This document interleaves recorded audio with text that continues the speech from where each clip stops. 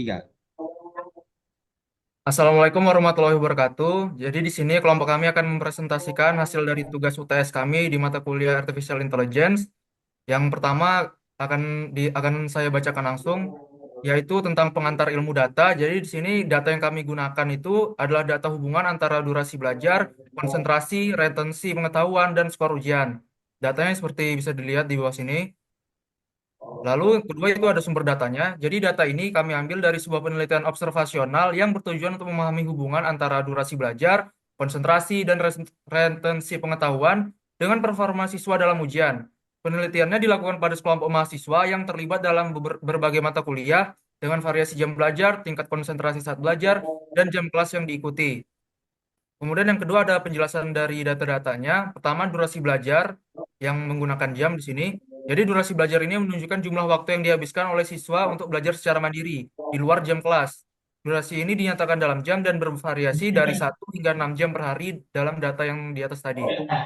Contohnya itu siswa mungkin belajar sama 2 jam sehari, sementara siswa lainnya juga mungkin saja belajar selama 6 jam sehari. Lalu yang kedua itu konsentrasi rata-rata, yang mana konsentrasi rata-rata itu adalah persentase seberapa fokus siswa dalam sesi belajar mereka. Angka ini didapat dari survei di mana siswa melaporkan bahwa berapa banyak dari waktu belajar mereka yang mereka anggap produktif. Contohnya, itu jika konsentrasi rata-rata seorang siswa adalah 75%, ini berarti mereka memperkirakan bahwa 75% dari waktu belajar mereka digunakan dengan fokus penuh. Lalu ada maksimal konsentrasi, yang mana maksimal konsentrasi itu mengukur tingkat fokus tertinggi yang dapat dicapai oleh siswa selama sesi belajar. Ini merupakan potensi maksimum fokus siswa dalam kondisi terbaik. Contohnya, siswa mungkin mencapai konsentrasi maksimal sebesar 95% selama sesi belajar terbaik mereka. Meskipun rata-rata konsentrasi mereka mungkin lebih rendah daripada itu. Lalu yang keempat itu retensi pengetahuan, yang mana retensi pengetahuan itu persentase seberapa baik siswa dalam mengingat dan menerapkan informasi yang telah dipelajari dalam ujian atau situasi nyatanya. Ini indikator seberapa efektif pembelajaran mereka dalam jangka panjang. Contohnya, jika siswa memiliki retensi pengetahuan 90%, ini berarti mereka berhasil mempertahankan 90% dari materi yang telah mereka pelajari. Lalu ada jam kelas, yang mana ini mengacu pada jumlah waktu formal yang dihabiskan oleh siswa dalam kelas atau sesi perkuliahan. Contohnya, siswa mungkin menghadiri kelas selama 4 jam dalam sehari, sementara siswa lain mungkin 6 jam. Lalu ada skor ujian, yang mana ini hasil evaluasi formal yang menunjukkan performa akademik siswa dalam ujian setelah periode belajar tertentu. Skor ini mencerminkan seberapa baik siswa memahami dan mampu menerapkan materi yang telah dipelajari. Contohnya, siswa yang mendapat skor 85 berarti mereka mencapai performa yang baik dalam ujian dengan tingkat pemahaman 85%. Yang selanjutnya, untuk tujuan data science akan dibacakan oleh rekan saya, Imam. Baiklah, ya. Jadi di sini ada tujuan data science. Jadi tujuan utama data science itu adalah mengubah data mentah menjadi informasi yang berguna untuk mendukung pengambilan keputusan yang lebih baik. Jadi ada beberapa tujuan spesifiknya dari data science. Yang pertama yaitu mencari pola atau pattern discovery. Tujuannya mencari pola atau tren yang tersembunyi dalam kumpulan data yang besar dan kompleks. Pola dapat berupa hubungan antar variabel yang mungkin tidak terlihat secara langsung. Dengan menemukan pola ini, kita bisa memahami lebih baik tentang apa yang sedang terjadi atau mengapa sesuatu terjadi. Contoh dalam e-commerce, pola perilaku pembelian pelanggan bisa ditemukan untuk melihat produk apa yang sering dibeli bersama atau basket analisis. Kemudian dalam data kesehatan, pola yang ditemukan bisa membantu mengidentifikasi faktor resiko yang menyebabkan suatu penyakit. Jadi alat metodenya yaitu analisis clustering, di mana data dikelompokkan berdasarkan kemiripan. Kemudian teknik asosiasi seperti algoritma a priori untuk menemukan item yang sering muncul bersama-sama.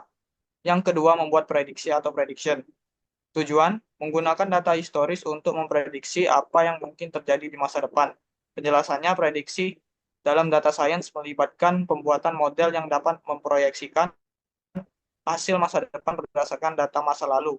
Ini seringkali digunakan untuk keputusan proaktif. Contohnya, dalam bisnis, data penjualan sebelumnya digunakan untuk memprediksi permintaan di masa depan, sehingga perusahaan bisa mengatur persediaan produk dengan lebih efisien.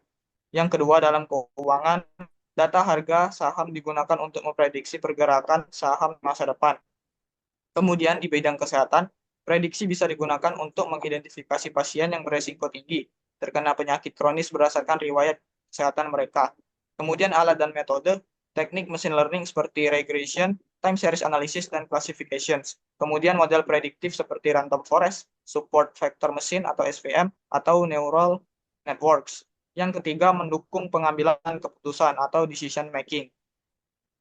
Tujuannya menggunakan informasi yang dihasilkan dari data untuk membuat keputusan yang lebih baik, lebih cepat, dan lebih akurat. Jadi penjelasannya data science membantu dapat dalam menyusun strategi berdasarkan fakta dan bukti yang diperoleh dari analisis data, bukan intuisi dan pengalaman semata. Ini dapat memperbaiki proses bisnis, mengurangi biaya, dan meningkatkan efisiensi. Contohnya, dalam pemasaran, data science dapat memberikan rekomendasi tentang segmen pasar mana yang harus ditargetkan untuk kampanye promosi. Di sektor manufaktur, data yang dikumpulkan dari mesin produksi dapat digunakan untuk membuat keputusan kapan waktu terbaik untuk melakukan pemeliharaan sehingga dapat mengurangi waktu henti mesin.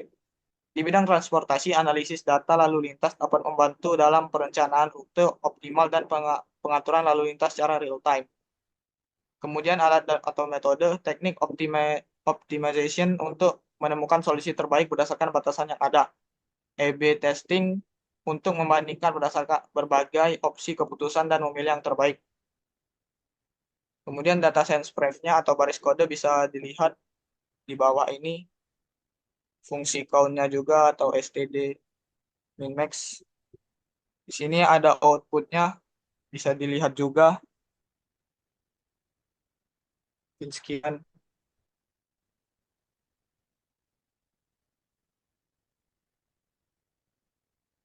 Selanjutnya,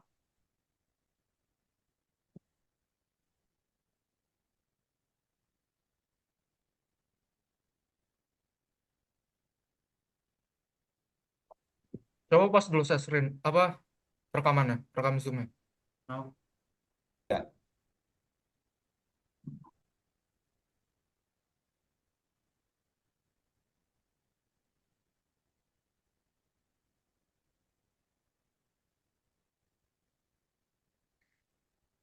oke, ini fungsinya bisa dilihat baris kodenya sebagai berikut. Kemudian ada outputnya. Outputnya juga bisa dilihat di sheet.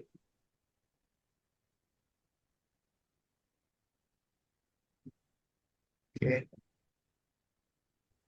Lalu yang selanjutnya itu ada di ilmu data matematika yang akan dibacakan oleh Dimas.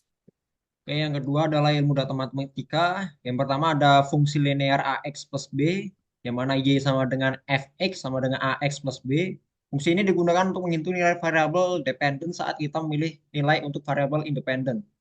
Penjelasannya yaitu Fx itu output, outputnya itu skor ujian, X itu input, inputnya adalah jam belajar, A itu slope, adalah koefisien variabel bebas. Ini memberikan laju perubahan variabel terikat.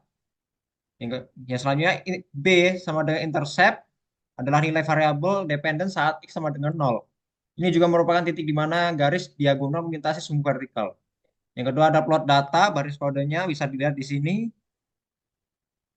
Dan outputnya itu berbentuk grafik dengan garis regresi Y sama dengan 5,37X tambah 69,44. Yang ketiga ada intercept. Intercept adalah nilai konstanta dalam suatu garis lurus yang menunjukkan titik di mana garis tersebut memotong sumbu Y pada grafik. Intercept digunakan untuk konteks regresi linear, di mana persamaan garis umumnya ditulis sebagai Y sama dengan MX plus C, di mana Y adalah variabel dependen, M adalah gradien slope garis atau kemiringan, X adalah variabel independen, dan C alpha adalah intercept atau nilai konstanta.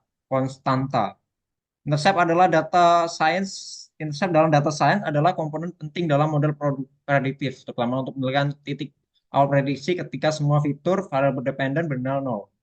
Di sini ada baris kodenya. Baris kodenya juga sama seperti tadi. Di sini bisa bisa kita lihat kemiringannya itu 5.66381877967571 dan interceptnya yaitu 69,44374303750465. Nah, selanjutnya untuk ilmu data statistik akan dibacakan oleh teman saya, Rian Hidayah.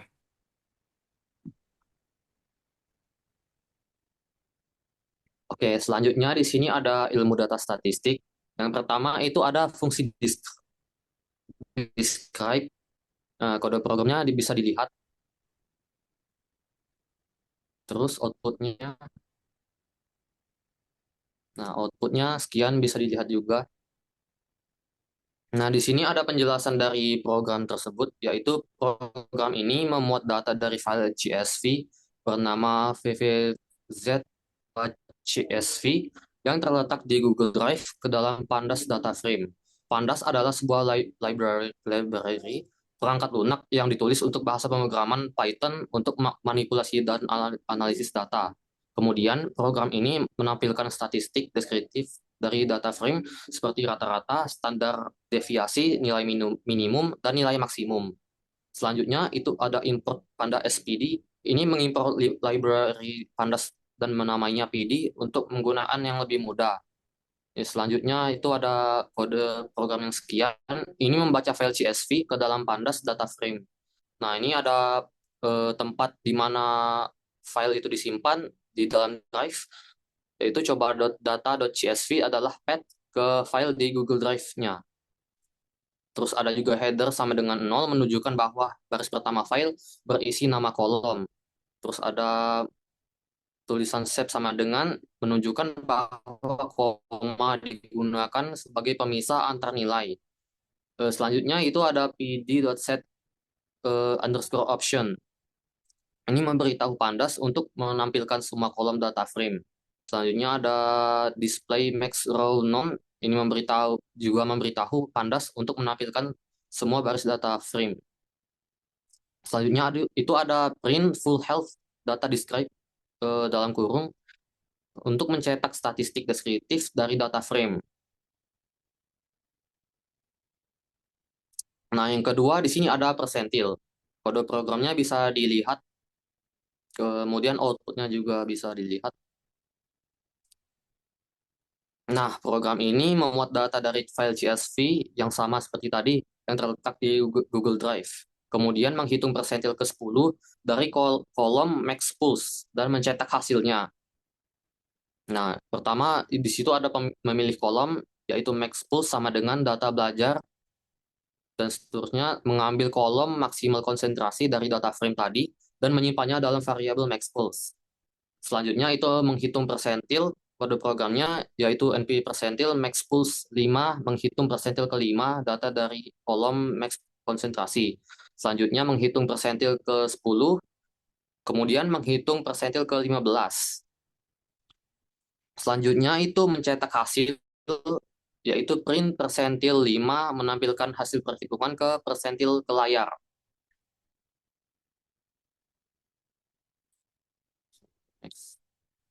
Terus ada print ke-10, print ke-15, dan seterusnya. Nah, yang ketiga di sini ada std manual, kode programnya bisa dilihat, dan outputnya juga sekian. Nah, ini adalah membaca file data. Dalam teks ini, kode sedang mengakses file CSV yang berada di direktori tertentu. File ini berisi data yang dipisahkan oleh titik koma. Nah, program ini mengambil data dari file tersebut dan menyimpannya dalam sebuah variabel bernama data belajar. Kemudian menghitung standar deviasi setelah data diambil dari file CSV. Program menghitung standar deviasi dari data tersebut menggunakan fungsi dari library NumPy. Standar deviasi adalah ukuran seberapa besar data dalam suatu set. Semakin besar standar deviasi, semakin besar pula variasi datanya. Nah, yang terakhir itu adalah menampilkan hasil.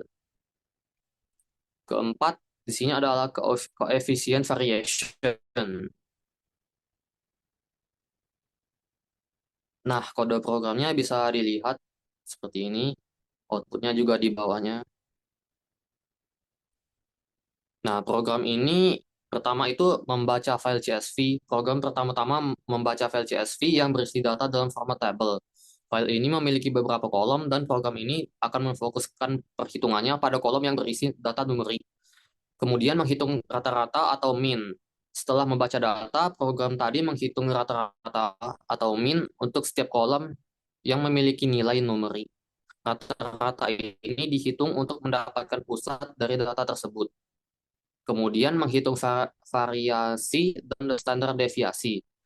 Untuk setiap kolom numerik, program ini menghitung variasi, yaitu seberapa jauh data tersebar dari nilai rata-rata. Variasi dihitung dengan menggunakan rumus statistik. Nah, setelah mendapatkan variasi tadi, program ini menghitung standar deviasinya dengan mengambil akar kuadrat dari variasi.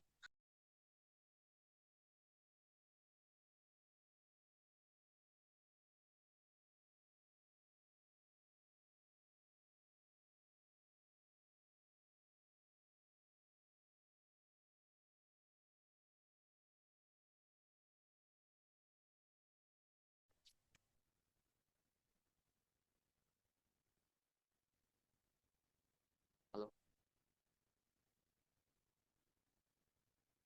mati tadi.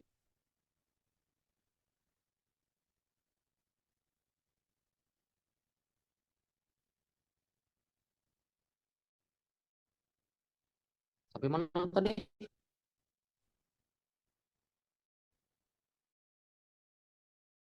Yang ini udah.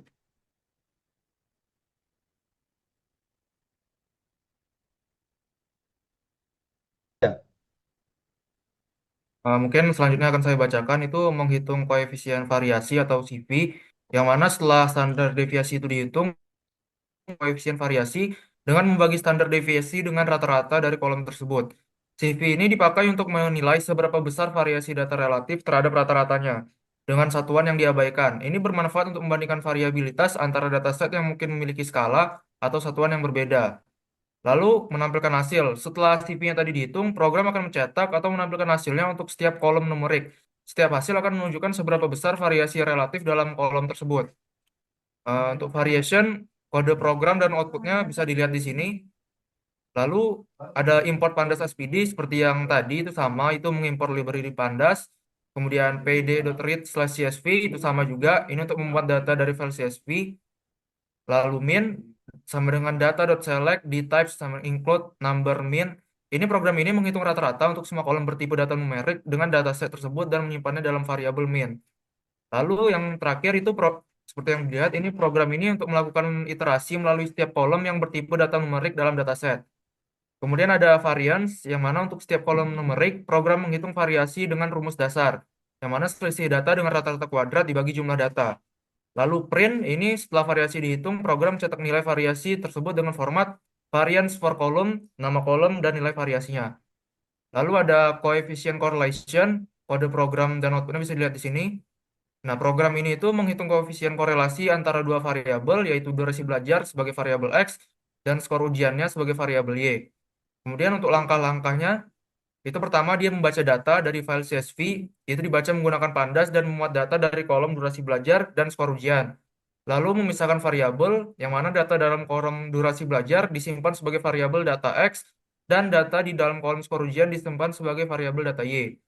Lalu ada menghitung koefisien korelasi, yang mana ini antara data X dan data Y dihitung menggunakan NumPy dengan fungsi np.corecoef. Ini menghitung korelasi untuk kedua kolom tersebut, dan hasil korelasi yang diminta adalah komponen di indeks 0,1, yang merupakan korelasi antara X dan Y. Lalu yang keempat, itu menampilkan hasil, yang mana program mencetak pesan yang menunjukkan bahwa hasil korelasi antara dua variabel akan dicetak, diikuti dengan nilai koefisien korelasinya. Koefisien korelasi memberikan nilai antara min 1 dan 1, di mana min 1 berarti hubungan positif sempurna, min 0 berarti tidak ada hubungan, dan terbalik, cok. Ulanglah. Kenapa? Lanjut nih, lanjut, lanjut, lanjut. Ada min di sini anjing. Garis min ini jadinya. Ulang, ulang, ulang. Nanti Bentar, cut. bentar. Koefisien korelasi memberikan nilai antara min 1 dan 1, di mana 1 berarti hubungan positif sempurna, 0 berarti tidak ada hubungan, dan min 1 berarti hubungan negatif sempurna. Lalu ada correlation matrix, untuk kode program dan outputnya bisa dilihat sendiri di sini. Nah, lalu ada import libraries, pandas SPD itu sama juga, itu mengimport library pandas.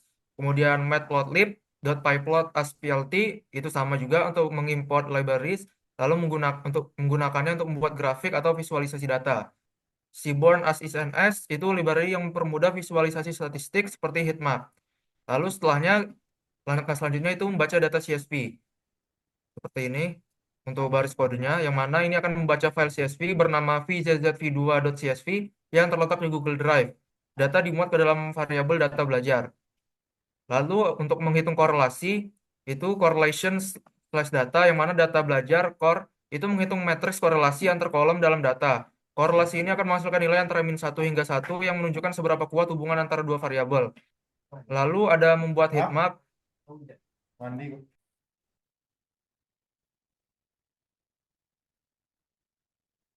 Ulang, Dok, ulang.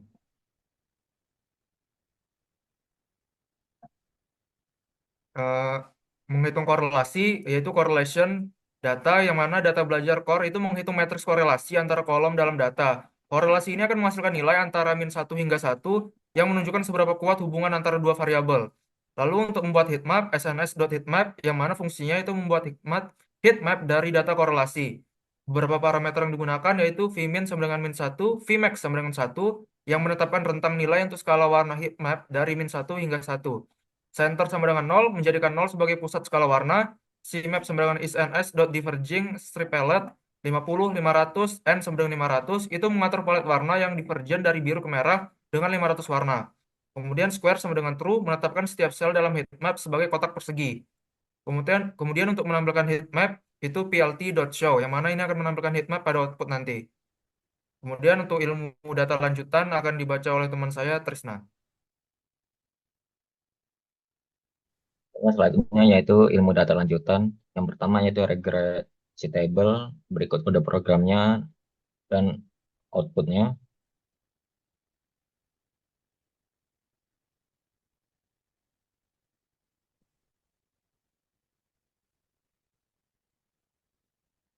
Bawah.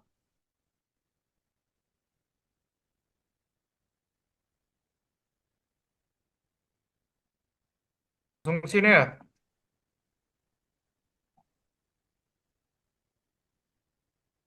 Dan mengantar variabel dependen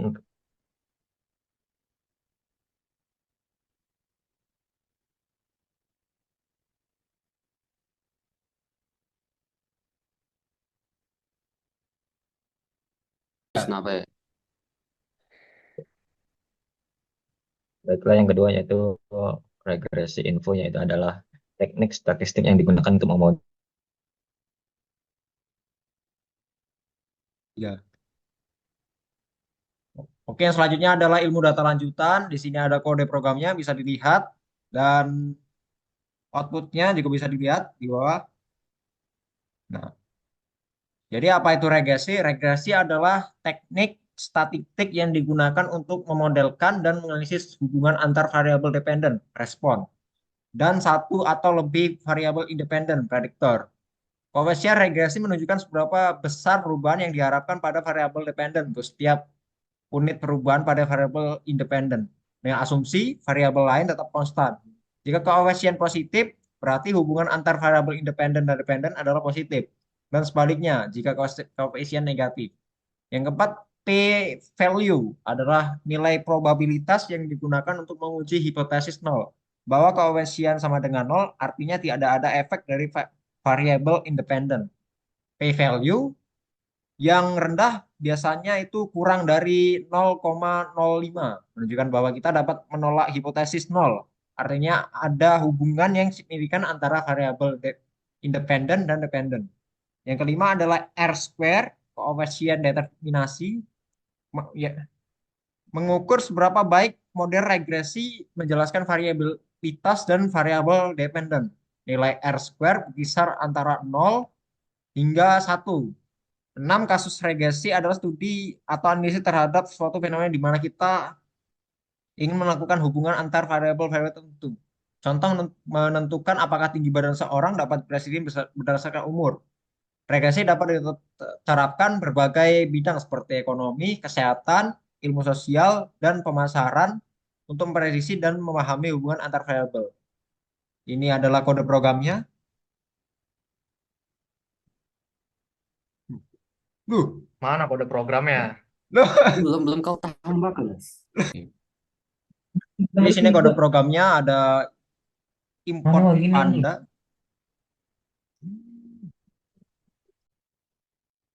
Jadi sini kode programnya bisa dilihat di sini dan juga outputnya yaitu OS regression result. Ya.